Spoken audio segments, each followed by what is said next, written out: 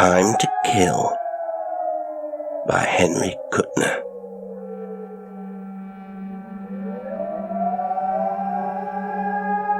The city waited, in anxiety and terror, for the next bombardment. Already air fleets and giant guns had brought flaming rain. Streets were littered with broken masonry and glass, though all corpses had been speedily removed. Perfect organization took no risk of plague.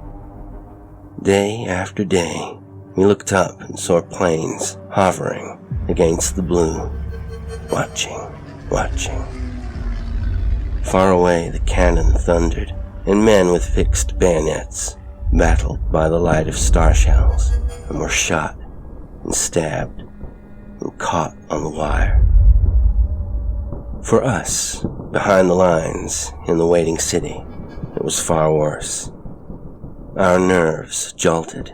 Our minds cried out silently in rebellion against the madness of war.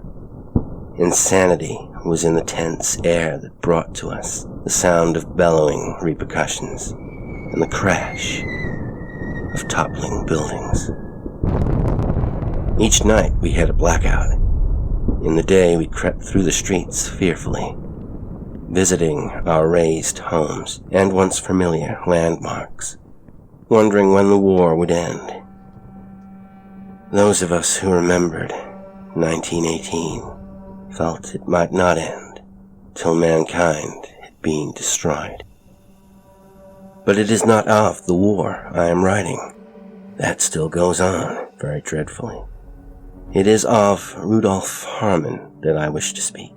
Of Harmon and his strange telepathic power. I met him first in the partly destroyed office building which some of the homeless had made their headquarters. The first floor was nearly undamaged, and part of the second.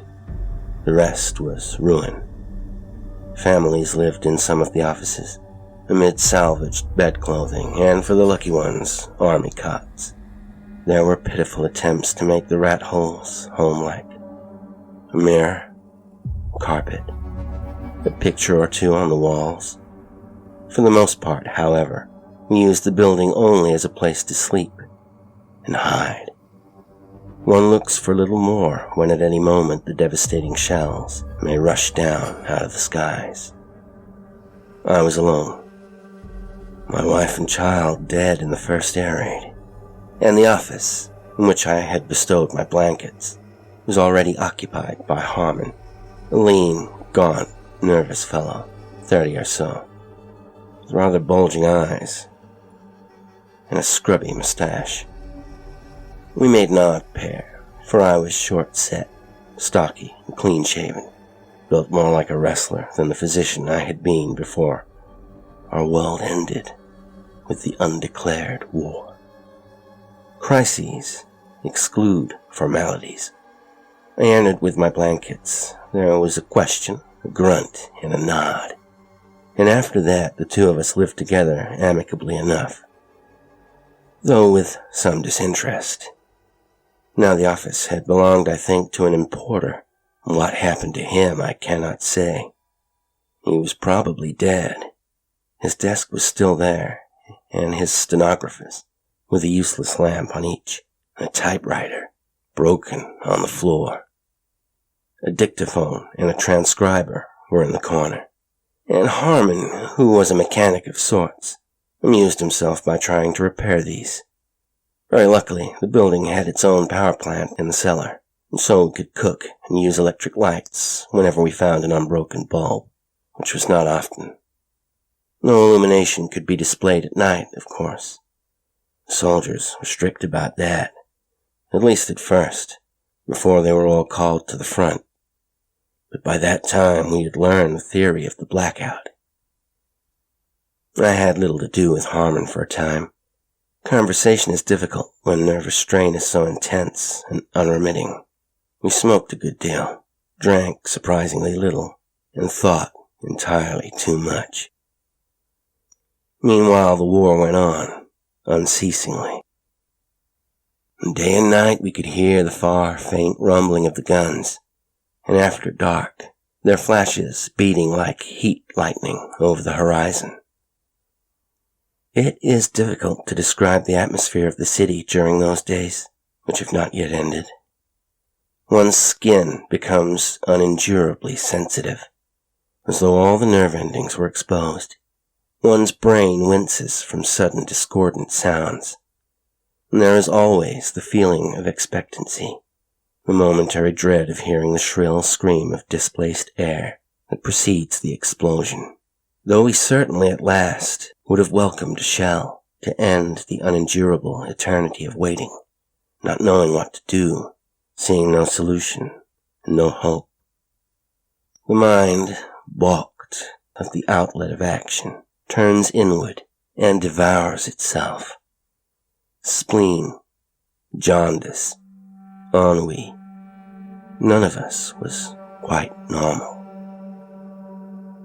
In fact, such an atmosphere might be calculated to upset or suspend normal laws, not only of habit and thought, but those rooted in unchanging stability. The very earth seemed unfamiliar beneath our feet. It assumed an aspect of alienage, and seemed as though at any time it might change, and shudder, and disintegrate into chaos. Faces seemed different, and eyes. One had time to analyze them, to realize the mystery in the simplest things. The articulation of a muscle, the ability of the optic nerve, and of all the other senses. I must stress this point, for it is significant in view of what followed. Harmon repaired his dictaphone and amused himself by dictating into the machine, keeping an audible diary of the days as they went by. There was little enough to record.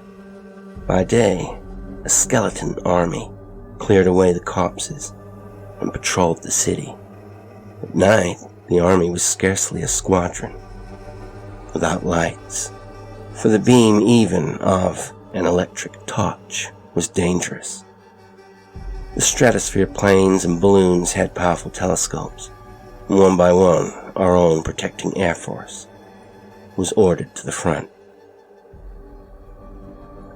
So we waited, doing trivial and foolish things because we needed an outlet for our emotions and thoughts and energies. The nervous strain poured unceasingly into our brains, and men and women found various methods of relieving it. Liquor, sensuality, sudden outbreaks of violence. All these outlets and others were undamned. Week after week went by. Still Harmon and I occupied the same room. We grew to hate it, but we never became really friendly. It was not dislike, but indifference. The food supply began to fail, and we shared whatever we could forage.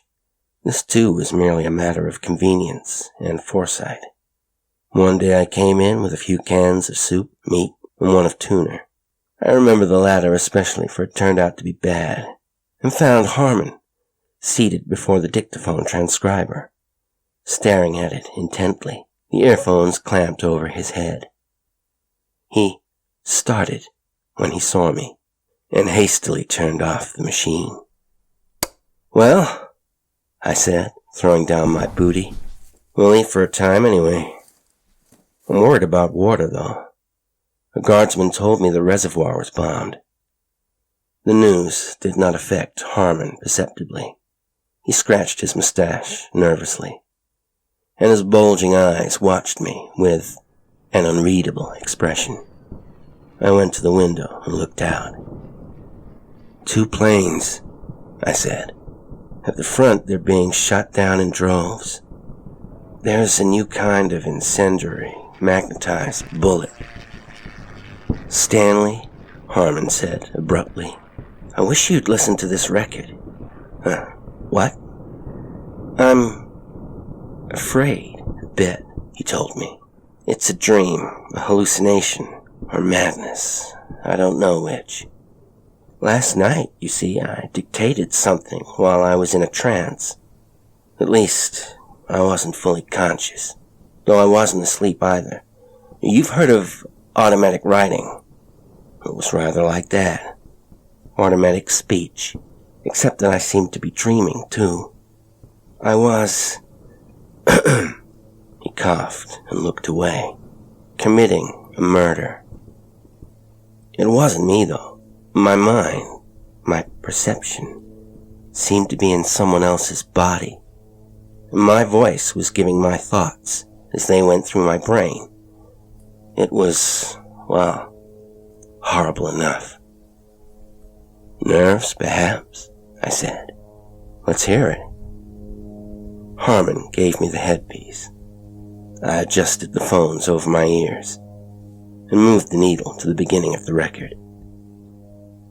The wax cylinder rotated. I slowed it down a trifle and listened. At first, I heard only an indistinguishable muttering. This changed to disconnected words, and then to a coherent monologue. Harmon watched me closely. His face was rather pale, and after a time, I understood why. For on the record were the thoughts of a killer, confused, chaotic in the beginning. Shadows. Building shadows. Jagged. Thrown by the moon. Stay in shadow. They protect. One can hide from the sky. The sky presses down. Pall. Smothering. Crouching. Death ready to leap out of it. But death doesn't leap. If it would, God, if it would. No, just waiting. Unendurable. Bombs. Shells. Bloody rain. Something to tear away the blanket on my brain. I'm calm outwardly, and my brain is seething, raging turmoil. The thoughts beat in uneven tides. This is way below the threshold. To break the broken silence, I dare not scream. Don't. That would rip off the blanket and leave the brain exposed, palpitating. Stay in the shadows. Slink along the street, dodging the moonlight patches. For a space, silence and the scratching of the record. Then the voice resumed. My brain moves, turns sickeningly in my skull, too full of thoughts and fear, hate, sorrow, emotions. What can I do? The front is certain death. Why do I cling to life? War may end tomorrow, but we can never leave the city. It isn't on Earth anymore. The air, even, is changed. Pulses with vibrations of dehumanized emotion, like electricity, beating at the brain, supercharged brains. Some outlet, some escape. God, something is moving near me. Something spawned here where normal laws are transcended, materializing. A dog, small, leg broken. Its fur is soft, fur about its throat. My hands are white in the moonlight, against black, silken hair. My hands tighten softly, tenderly. My fingers are strong. See the tendons stand out. My brain, tides of thought are bursting through the blanket that smothers it. There's cold air blowing on my brain. The shadows are jumping toward me, swooping, shutting out the horrible sky. I'm in a cave. The shadows guard me. A cold brain, and my fingers filled with ecstatic aching. My hands are releasing the energy that was bottled up in my brain. The dog's dead. Again, the needle scratched, softly, rhythmically. I glanced at Harmon. He made a peremptory gesture. I heard the voice once more. Not enough. Not enough energy released. Brain turning, rocking. This is the right way, though. But not a dog. Not enough energy released. Not enough. Light on brass buttons. Khaki uniforms. Asleep. A soldier leaning against a wall. His gun nearly out of reach. He doesn't hear me. His collar is unbuttoned. It's a warm night. The pulse beats under the skin. A blue vein throbs. Can I approach silently? Yes. He doesn't hear. I move the rifle a few feet further away. Now I stand directly in front of the man. My arms lift. The energy is draining out of my brain into my arms. The throbbing in my skull isn't as sickening. Perhaps this is enough. No. The energy will rush back unless I... The shadows poised to leap. Softly, tenderly, my hands tighten about the soldier's throat.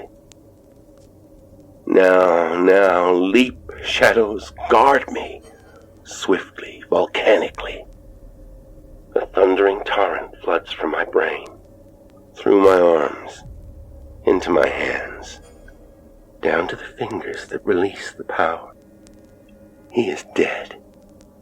His spine cracked almost inaudibly. Let him lie there. Calm. Quiet. The sky isn't pressing down anymore.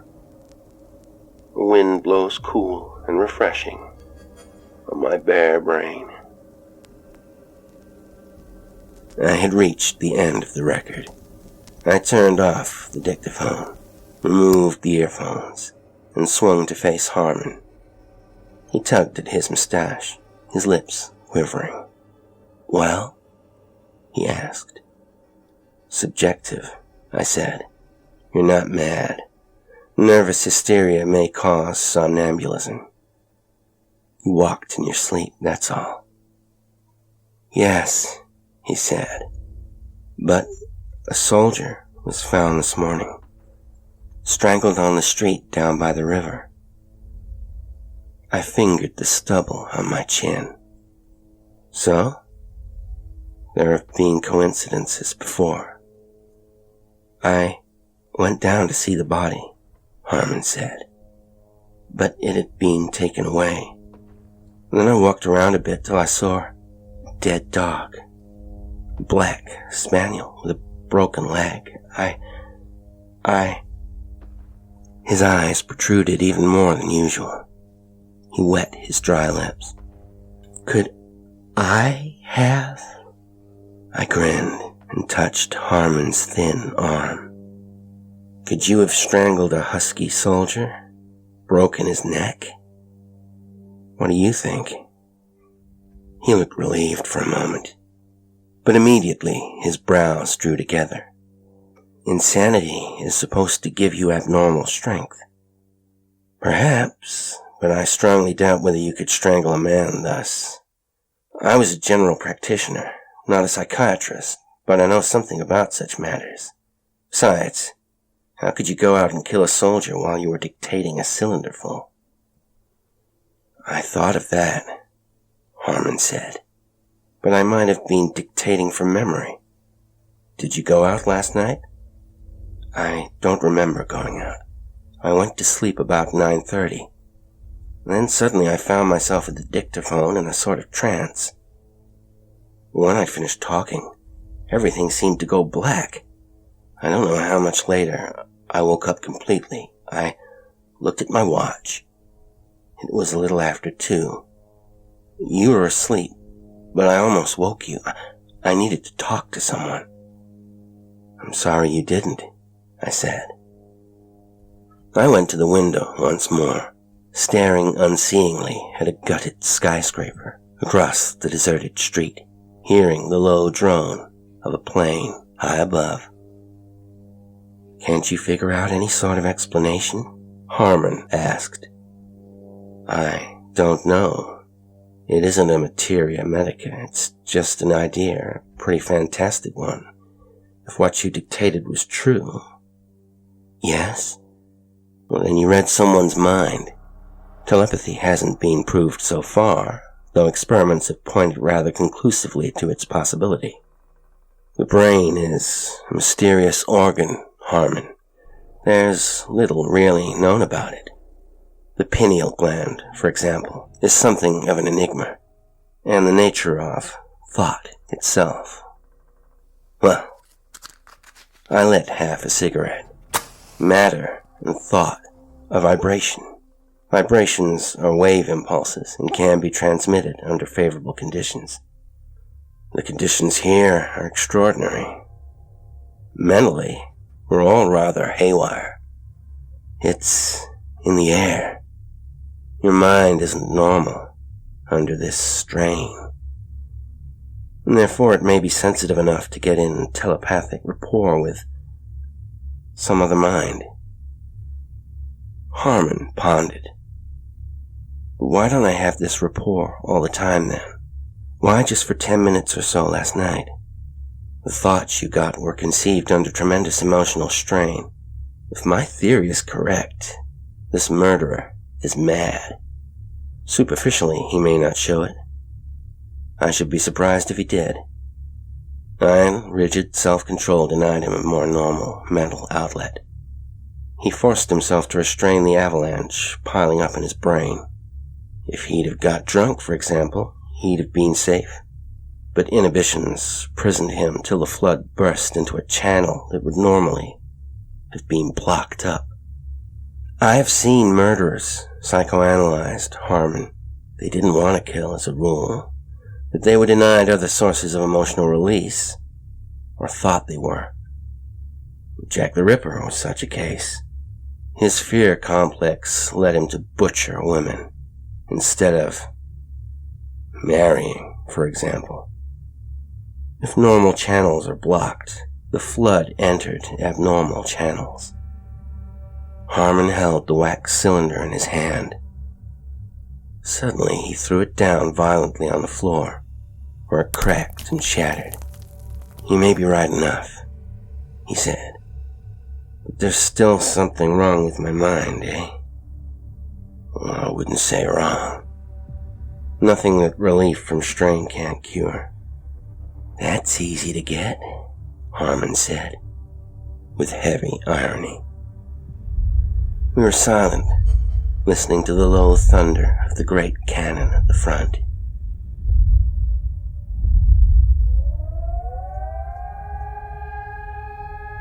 The slow days passed wearily. Some left the city, but not many, for starvation waited in the ravaged countryside. In the metropolis, one could hope to find food and water. By dint of diligent searching, we were trapped here, bound by invisible fetters. We were the damned, and Harmon suffered and grew haggard under the strain. His eyes were unnaturally bright, his cheeks red and feverish, his lips cracked. A week later, there was a recurrence of his telepathic visitation. I came in one night, bearing a meager supply of food, to find Harmon crouching above the dictaphone, waiting for me. His whole gaunt body was trembling, and his face was a white, bearded mask. It's happened again, he said, an hour ago. Silently, I put down my booty and adjusted the earphones.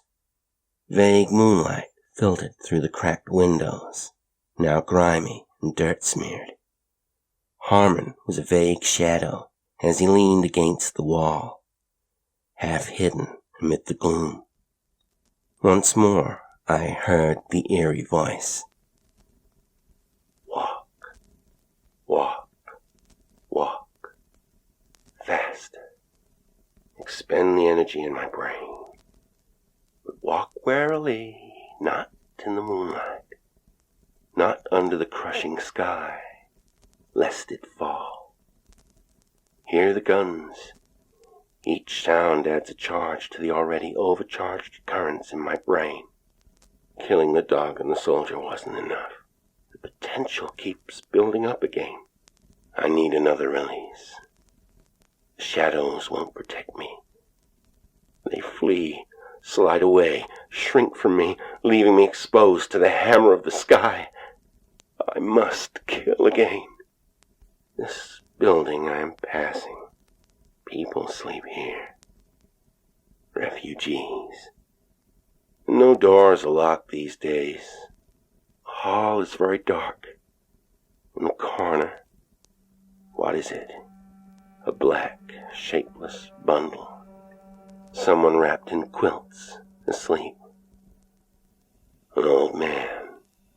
My eyes are accustoming themselves to the gloom.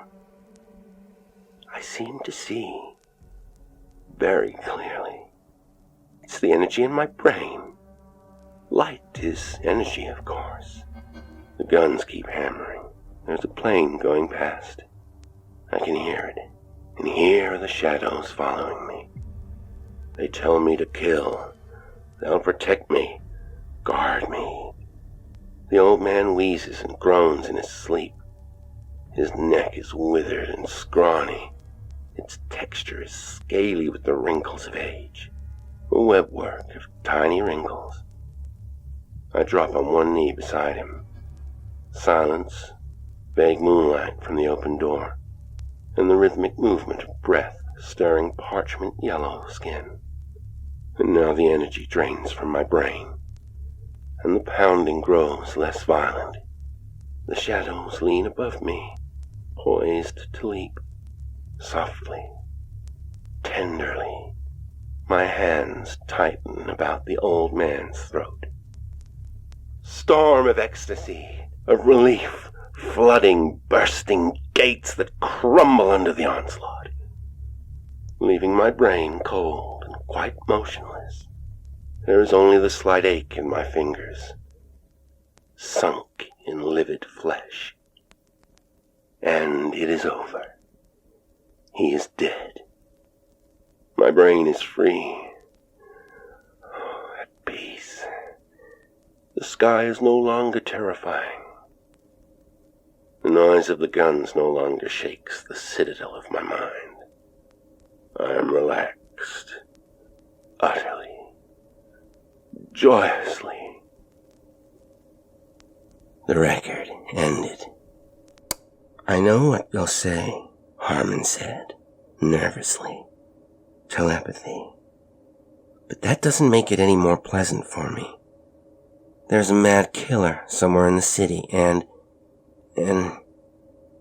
God knows where it may end. Harmon, I said, why don't you go into the country? Anywhere. It's not important. A change of atmosphere is the thing. Where can I go? He asked. We're in hell here. We can't get out of it. The whole land, the entire world for that matter. Harmon was silent, brooding. It's the end. Man's committing suicide. We can't escape. All my relationships, all my ties with life were cut during the first raid. There's nothing left.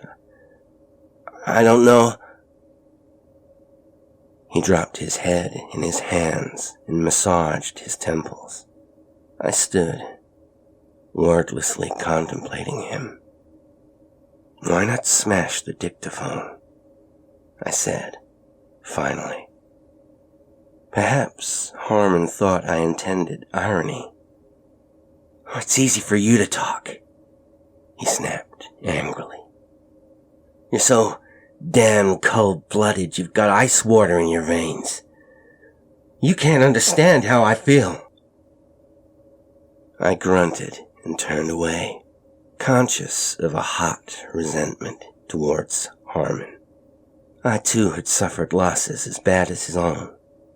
How dared he assume that because I showed little emotion, I felt nothing underneath? There was a scene I hadn't let myself recall. The ruins of my house.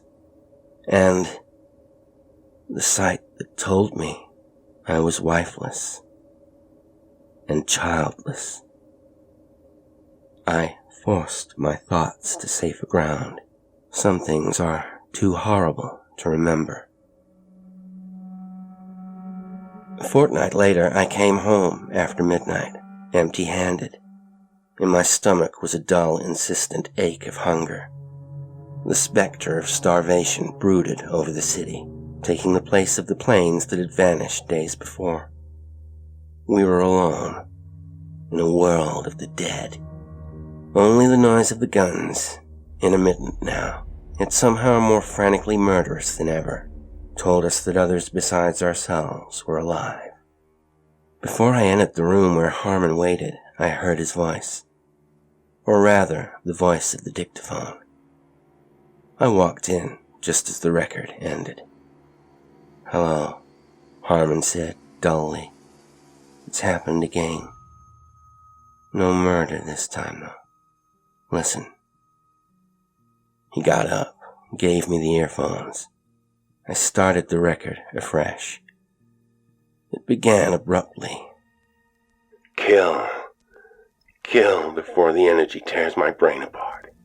2 weeks now without any release. Tonight, I must find relief or die. Trying to fight down the murder impulse is useless. Dangerous. Eventually it gets too strong for me. And tonight, it's strong. Horribly so. It's dark. Very dark. No moon tonight. And there are no shadows. Just the empty sky pressing down. The guns don't sound so often now. But when they do, my expectant brain rocks under the impact. I must release this frightful energy within my head. But how? Where? People live in this cottage, I think. But the door is locked. A window slides up easily enough. People don't fear thieves nowadays. Let me light a match. An empty room. And I hear the sound of soft breathing. The record broke off, then resumed swiftly. A bedroom. Another match. Its light shows me a bed. 2 children asleep in it. 8 or 10 years old, perhaps. Their throats are soft, white, waiting. I must kill swiftly. I cannot wait. In my head is a surging, thundering maelstrom. It pounds and shatters against the inside of my skull. No shadows to aid me, but the energy is flowing down into my arms. I must bend over the bed, over the child. Softly, tenderly, my hands tighten about his throat. "Shut up! Shut up, damn you!" The other boy is screaming. He scrambled out of bed, yelling at the top of his lungs. I hear men shouting, hurrying footsteps. No time now. No time to kill the child. The window's still open. Now I'm in the street. They're following me, bellowing threats. 1 more minute and I'd have strangled the boy and released the energy. But there wasn't time. Here's an alley. It's dark. And a side street. I'm safe now. Safe? God, my brain's ready to explode. The record was finished. I took off the earphones and turned to face Harmon. In defiance of the air danger, he had lit an electric lamp, screening it with a handkerchief. He was sitting now before the dictating machine, rigid, ignoring me. I started to speak, and suddenly paused, watching him. A tremor shook Harmon's gaunt body. His eyes were dilated. Slowly, automatically, he lifted the speaking tube of the dictaphone to his lips and pressed the operating button. The needle began to slide over the wax cylinder. "I can't stand it," Harmon said, in a dead, expressionless voice. "I can't keep the energy pressure under control any longer. My brain is throbbing, pounding, shaking in my skull. I escaped capture, but no risk is too great if it cools my brain. All the energy is back again inside my head. I must kill. Swiftly. Swiftly." There was an outburst of gunfire far away, but Harmon did not hear it. "The energy is moving," he went on. "Tides lifted from my brain, down my arms, into the very tips of my fingers. There it waits, ready to leap forth and escape." Again, the guns muttered ominously. "Crouch! Shadows ready to spring! Leap to guard me! Guard me as I kill! Now! Now! Now!" Suddenly, Harmon gave a high-pitched, wordless shriek. The speaking tube fell clattering from his lips. He swung around to face me, his eyes widely distended, his face yellow and glistening with sweat. A spasm of terror twisted his lips. The guns roared. The shadow fell on Harmon as I moved swiftly, softly, tenderly. My hands closed and tightened upon his throat.